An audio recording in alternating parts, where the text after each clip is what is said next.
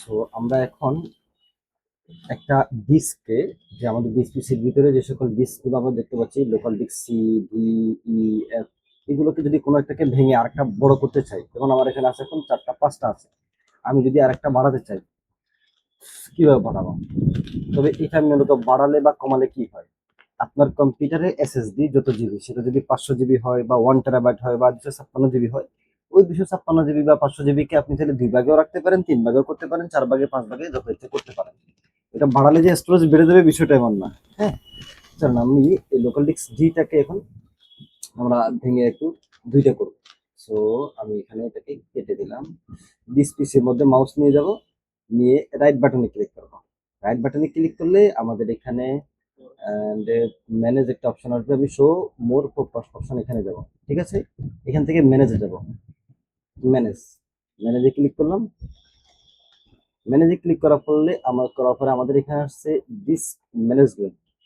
ঠিক আছে, এখানে ক্লিক করবো।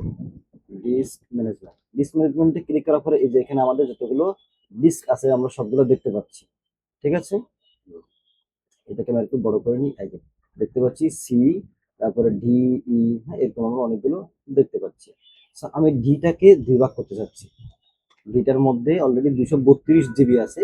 সো এটাকে আমি 2 ভাগ করতে চাচ্ছি। সো আমি রাইট বাটনে ক্লিক করে, রাইট বাটনের উপরে মাউস রেখে রাইট বাটনে ক্লিক করে শ্রিঙ্ক ভলিউম, ঠিক আছে, শ্রিঙ্ক ভলিউম এখানে ক্লিক করলাম। এখানে ক্লিক করার পরে এখন আমার অলরেডি যতটুকু স্পেস খালি আছে সে আমাকে বলতেছে যে total size after shrink in MB 102, 102 GB. ঠিক আছে, সো আমি একটা কাজ করি, এখানে বলছে enter the amount of space to shrink in MB. আমি এখন নতুন যেটা করব সেটা কত জিবি হবে সেটা এখানে বলছে যে কি আহ, বড় একটা অ্যামাউন্ট বলতেছে। আমার দরকার হচ্ছে, আমি মনে করি আমি 50 জিবি রাখতে চাচ্ছি, 50 জিবি। ঠিক আছে, সো 50 জিবির জন্য আমি এখানে লিখে দিচ্ছি একক, দশক, শতক, হাজার, অযুত। ওকে, এবার আমি এখানে শ্রিঙ্কে ক্লিক করব। ঠিক আছে, শ্রিঙ্কে ক্লিক করার পরে আমার এটা কিন্তু শ্রিঙ্ক হয়ে আলাদা হবে, একটু টাইম নিচ্ছে।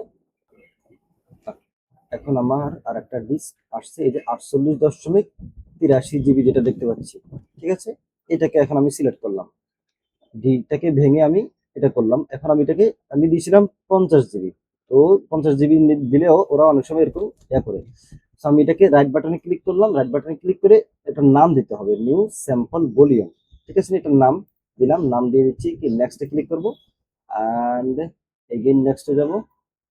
নেক্সটে যাওয়ার পরে এখন আমাদের এখানে অ্যাসাইন ফলোইং ড্রাইভার কি হিসেবে দিব, driver I. Okay, no issue. Next, এই যে ভলিউম লেভেল নাম কি দিব, নিউ ভলিউম দিব না লোকাল ডিস্ক দিব, নাকি আমি আমার মন মতো একটা নাম দিব, সেটা আমরা এখান থেকে দিতে পারবো, যেটা মন চায়। ঠিক আছে, এরপরে নেক্সটে ক্লিক করে ফিনিশ। ওকে, আমার আর একটা ভলিউম এখন বেড়ে গেছে, নিউ ভলিউম আই। এখন যদি আমি এখানে কেটে দিয়ে বের হয়ে আসি অ্যান্ড ডিস পিসিতে গেলাম, ডিস পিসিতে গেলে আমরা দেখতে পাচ্ছি আমাদের নিউ ভলিউম আই 48.7 জিবির এটা তৈরি হয়ে গেছে।